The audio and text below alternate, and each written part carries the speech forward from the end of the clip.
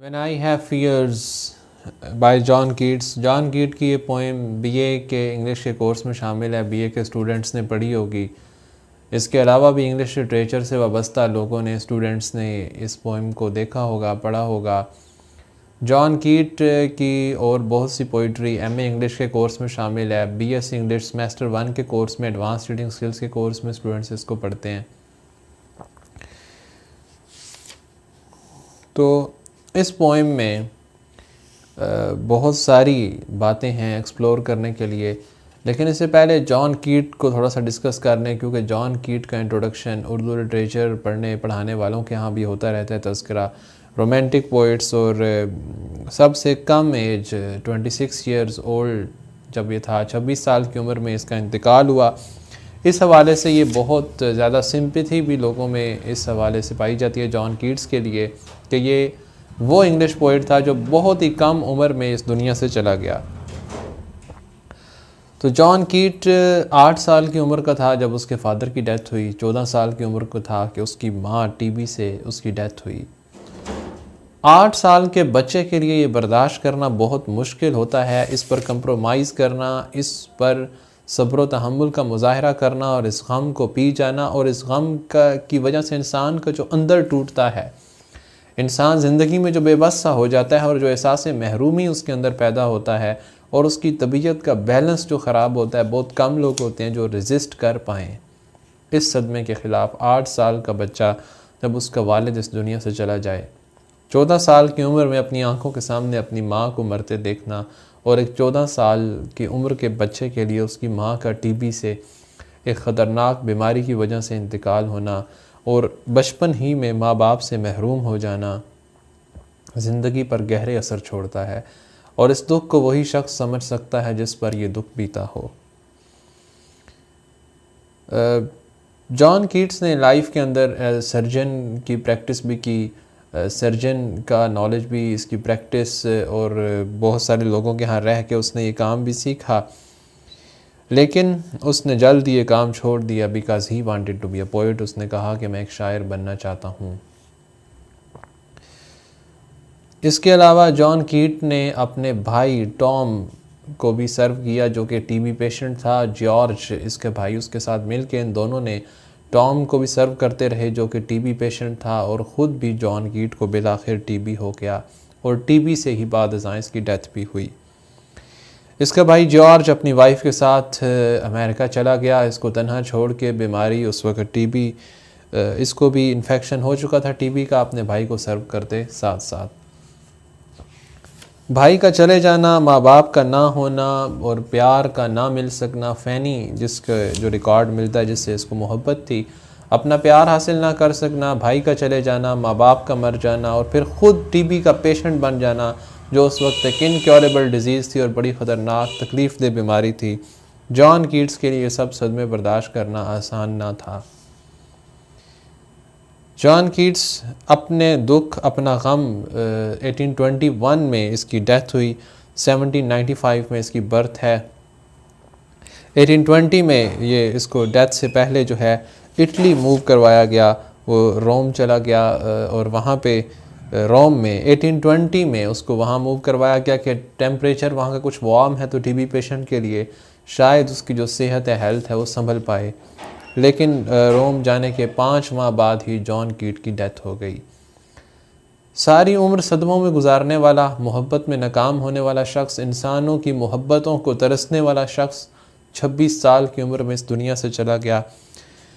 When I have fears की importance इसलिए भी बहुत ज़्यादा है कि इस पोइम के अंदर वो एक खौफ का इजहार कर रहा है कि शायद मैं ज़्यादा अरसा अब जी ना पाऊँ, और शायद मैं दुनिया की बहुत सी खुशियाँ देख ना पाऊँ, और शायद मैं अपने बहुत से जज्बात दुनिया के साथ शेयर ना कर पाऊँ।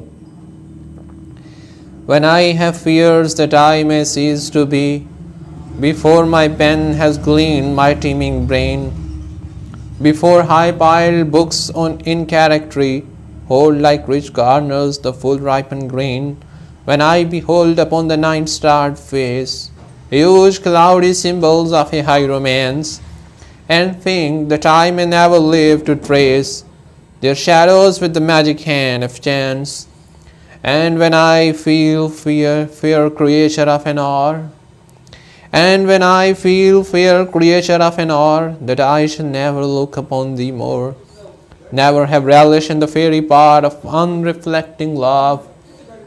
Oh, then on the shore of the wide world I stand alone and think, till love and fame to nothingness do sing. बहुत ही गहरी, बहुत ही दुख भरी ये पोएम है, मगर अफसोस ये है कि बहुत से शायर ऐसा लिख कर दुनिया से चले गए। आज भी हमारे गिरदो नवा में ऐसे बहुत से किरदार मौजूद होते हैं जो आज भी हमारी मोहब्बतों को तरस रहे हैं, जो आज भी तरस रहे हैं कि उनके दुख कोई सुने, जो आज भी तरस रहे हैं कि उन्हें कोई वक्त दे, मगर उनकी सुनने वाला कोई नहीं, उनको वक्त देने वाला कोई नहीं। हम इस मादी दुनिया की ख्वाहिशात में, इरादों में, अपनी मटेरियलिस्टिक प्रोग्रेस में, इस डेवलपमेंट में और लाइफ की स्ट्रगल में, इस रेस में इतने बिजी हो चुके हैं कि ऐसे इंसान मोहब्बतों को तरसने वाले चाहते ही तो मांग रहे हैं ये लोग। इन शायरों का और रोना क्या है, मगर हम इनकी सुनते नहीं, इनके दुख को समझते नहीं और ये लोग बिलाखिर दुनिया से चले जाते हैं। एक टीबी पेशेंट आप इमेजिन करें कि जिसके पेरेंट्स नहीं है, बहन भाई नहीं है, बीवी बच्चे नहीं है पास, जिससे वो प्यार करता है, जिसके लिए तड़प रहा है, वो फैनी उसके पास नहीं है और वो टीबी पेशेंट है और उसकी लास्ट मोमेंट्स हैं और ज़िंदगी के आखिरी साल हैं और वो कह रहा है, When I have fears that I may cease to be, जब मुझ पर ये खौफ छाने लगते हैं, that I may cease to be, कि शायद मुझसे जल्द ज़िंदगी छीन ली जाए, शायद जल्द मैं मर जाऊं। जब मुझ पर मौत का खौफ छाने लगता है। और कैसी मौत?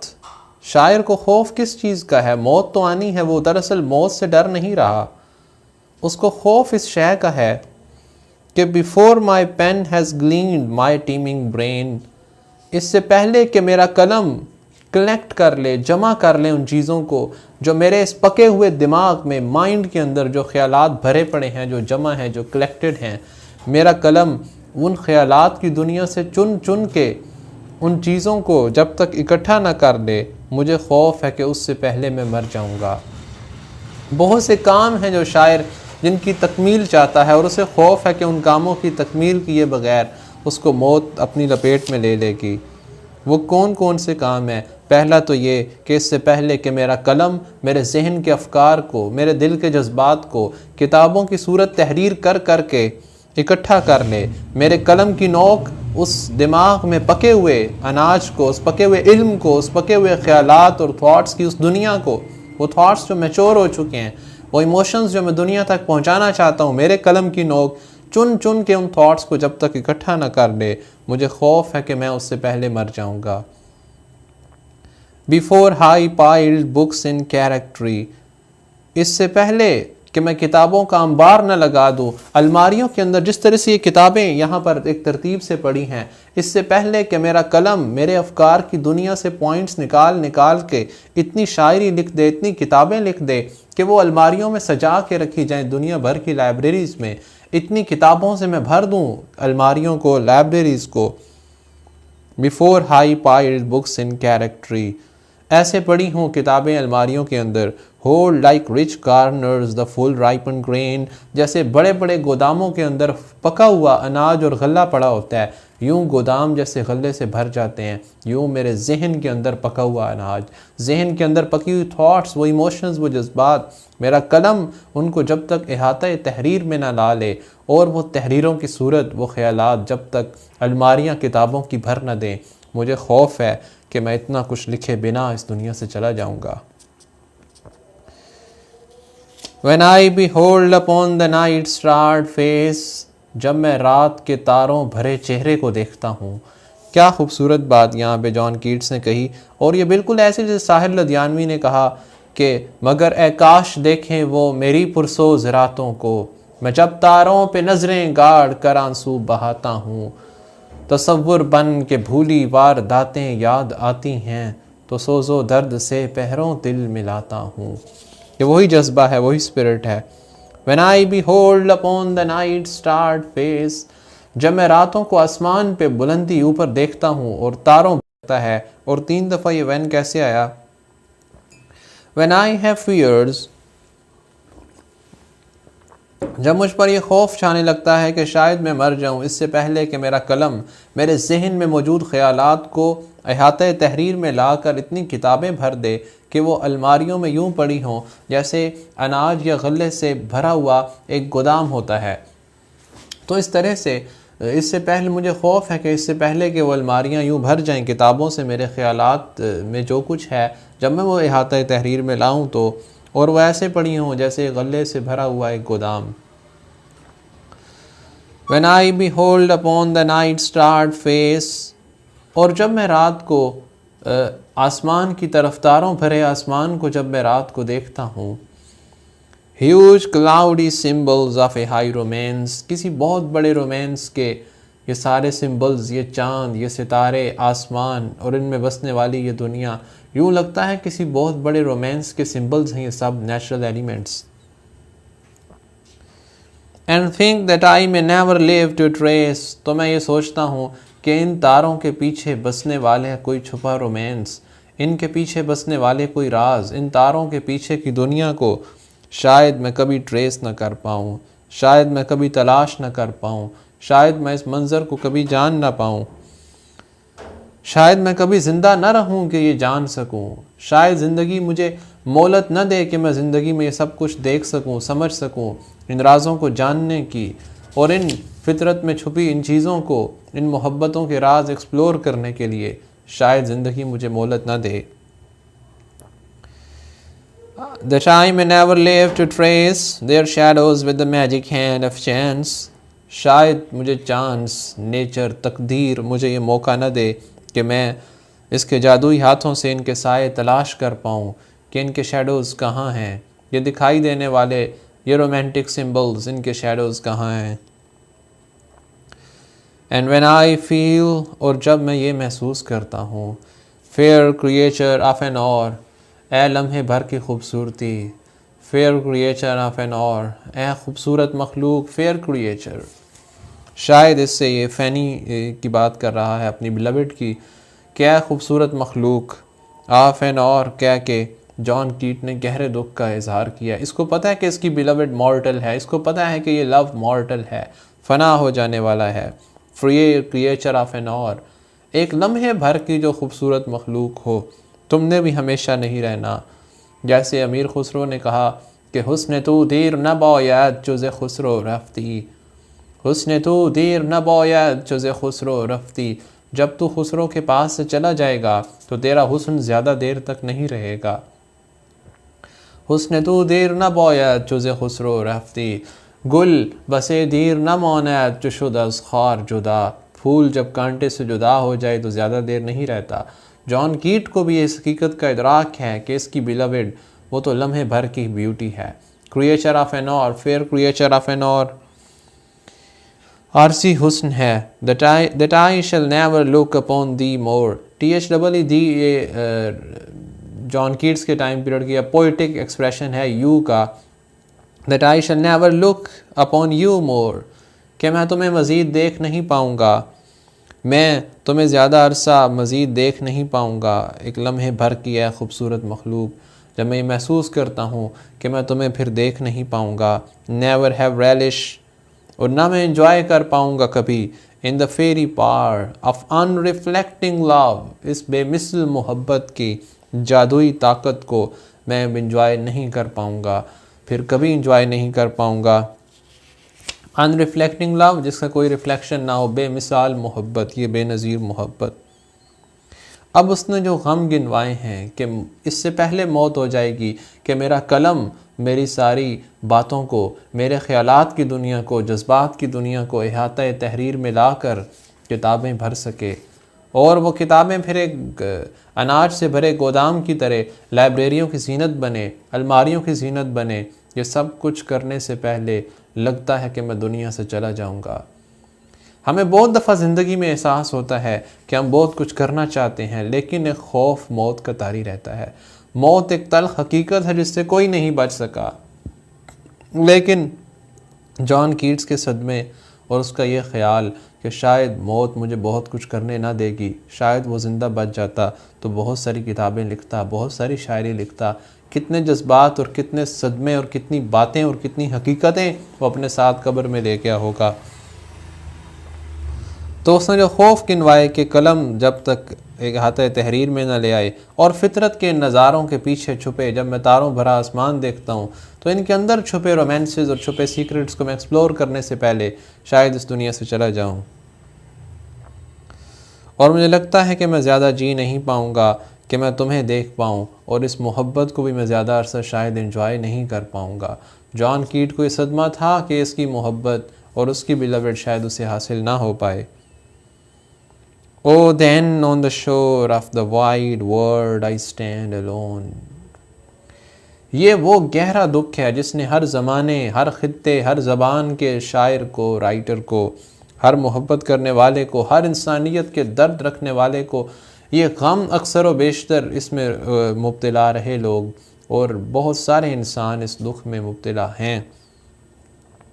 जब ये सारा कुछ सोचता हूँ, on the shore of the wide world, ये एक वसी दुनिया है और हम गोया इसके किनारे पे खड़े हैं। इस वसी दुनिया के किनारे पे लगता है कि मैं तन्हा खड़ा हूँ। यूँ लगता है कि एक दरिया है जिसमें मौजें, जिनकी मौजों में तलातुम है, जिसके अंदर एक शोर है, जिसमें लोग घूम फिर रहे हैं, सफ़र कर रहे हैं, और मैं उस ज़िंदगी के दरिया के किनारे पे खड़ा हूँ। मेरा कोई ताल्लुक़ नहीं है। किनारे पे खड़े होने वाला एक आउटर बीइंग है, एक ऐसा इंडिविजुअल है। किनारे पे खड़े होने का मतलब है कि आप उस चीज़ में इन्वॉल्व नहीं हैं। किनारे पे खड़े होने का बेटा मतलब यह है कि आप उस चीज़ के अंदर इन्वॉल्व नहीं हैं, आप उस चीज़ के अंदर से डिटैच हैं। वो दरिया में लोग हैं, एंजॉय कर रहे हैं, लेकिन मैं किनारे पे तन्हा खड़ा हूँ। इस वसी दुनिया के किनारे पे फिर मैं तन्हा खड़े होके, ओ then On the shore of the wide world I stand alone। जैसे फ्रांसिस बेकन ने कहा कि crowd is not a company and faces are but a gallery of pictures. लोगों का हुजूम कंपनी नहीं होता और चेहरे तो फ़कत तस्वीरों की एक नुमाइश हैं। And voices are but a tingling of cymbals when there is no love. जब उनमें मोहब्बत नहीं है तो उनकी आवाज़ें खोखली हैं, वो एक म्यूज़िकल इंस्ट्रूमेंट की टिक टिक से बढ़कर कुछ नहीं है, और वह चेहरे तो महज तस्वीरों की एक नुमाइश हैं, उनके अंदर इंसानी जज्बात नहीं हैं। और then on the shore of the wide world I stand alone. फिर दुनिया के इस वसी दुनिया के किनारे मैं तन्हा खड़ा होता हूँ, एंड थिंक, और सोचता रहता हूँ। Till love and fame do nothingness do sink. यहाँ तक कि मोहब्बत भी और शोहरत भी कुछ न होने के समंदर में गर्क हो जाएंगी। नथिंगनेस है बिल आखिर, नथिंगनेस, कुछ नहीं बचता।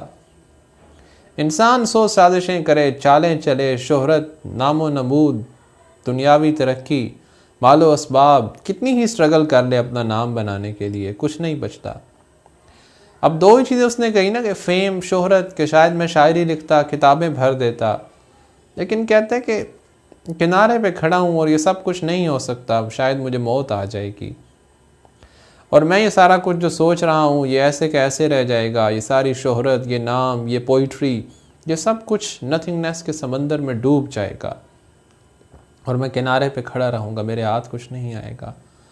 और दूसरी बात उसने कही कि लव, मोहब्बत भी, यहाँ जॉन कीट ने एक हकीकत का इतराफ़ किया है, जहाँ पे शेक्सपियर जैसे राइटर कहा गया कि so long as man can live or eyes can see, so long lives this and this gives life to thee, and all in war with time for love of you as it takes from you I engraft you anew। जो अपने beloved को immortal बनाने की ख्वाहिश रखता था, John कीट ने इतराफ़ किया कि नहीं, मोहब्बत भी नथिंगनेस में डूब जानी है, ये मॉर्टल लव है, कुछ नहीं बचना इससे। हमने देखे हैं बहुत हंगामे मोहब्बत के, 100 बार चमन महका, 100 बार बहार आई। फिर हमने देखे हैं बहुत हंगामे मोहब्बत के, आगाज़ भी रुसवाई, अंजाम भी रुसवाई, 100 बार चमन महका, 100 बार बहार आई। फिर दुनिया की वही रौनक पर दिल की वही तन्हाई। इन मोहब्बतों से कुछ हासिल नहीं हुआ, डूब जाएगी ये मोहब्बत भी। जॉन कीट पर मुसलसल ये खौफ तारी था, और 1821 में रोम में जाने के चंद माह के बाद उसकी डेथ हो गई, और 1 माह बाद लंदन में ये ख़बर इसकी मौत की फैनी तक पहुँची। जॉन कीट की कब्र पे आज भी ये शेर लिखा है, कि here lies the one whose name was written on the water, यहाँ बसता है वो शख्स जिसका नाम पानी पर लिखा था। ये लोग अपने दुख सुनाते चले गए और ऐसा ही हुआ। At a very young age most जो हमारे पास सबसे कम उम्र शायर जो इस दुनिया से गुजरा इंग्लिश पोइट्स में, वो जॉन कीट था। जॉन कीट ने फैनी के में को एक लेटर में लिखा कि I have two luxuries to brood over in my walks, your loveliness and hour of my death. दो चीज़ें मुझ पर सवार रहती हैं। और एक और जगह जॉन कीट ने लिखा कि I have been astonished that men could die martyrs for religion, I could be martyred for my religion, love is my religion, I could die for that, I could die for you। John कीट कहता है मुझे समझ नहीं आती लोग मज़हब की खातिर शहीद होते हैं और मेरा मज़हब मोहब्बत है और मैं मोहब्बत की खातिर शहीद हो सकता हूँ और मैं तुम्हारी खातिर शहीद हो सकता हूँ। At a very young age माँ बाप बहन भाइयों सबसे बिछड़ा हुआ ये शख्स 26 साल की उम्र में इस दुनिया फ़ानी से कूच कर गया। बड़ी दुख भरी ये नज़्म है, ये पोइम है। जब इस पूरे बैकग्राउंड में देखते हैं कि जब 26 साल की उम्र में ये शख्स वाकई ही मर गया।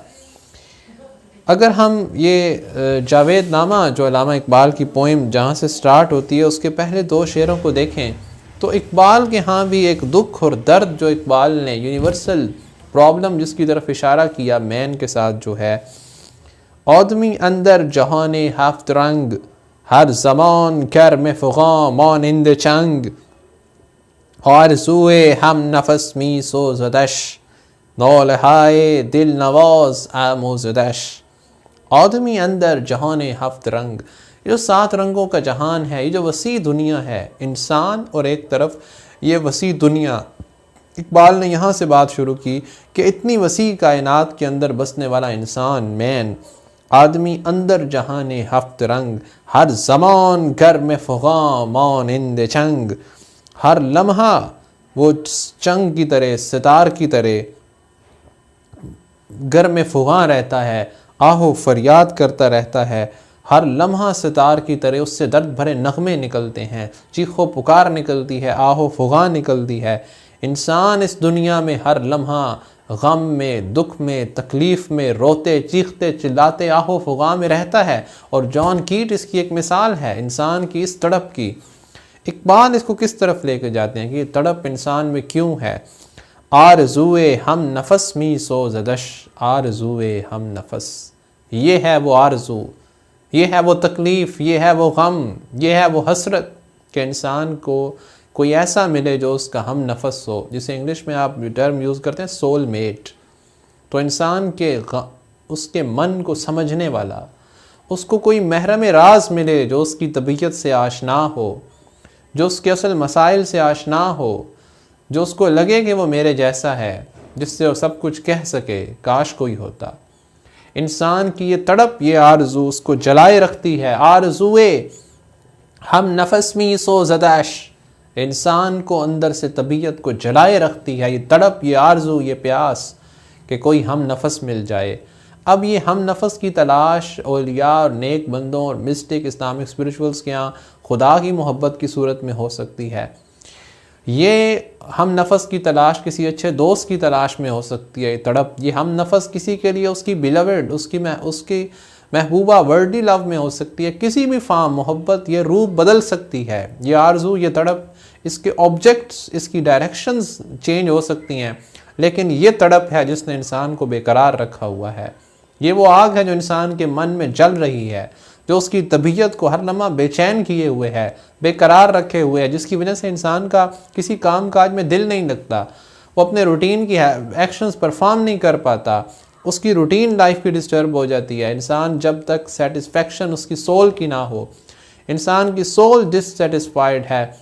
जैसे रूमी ने कहा था कि बिशनु अज ने छु हिकायत मी कुनद, बांसुरी को सुनो कि वो क्या कह रही है।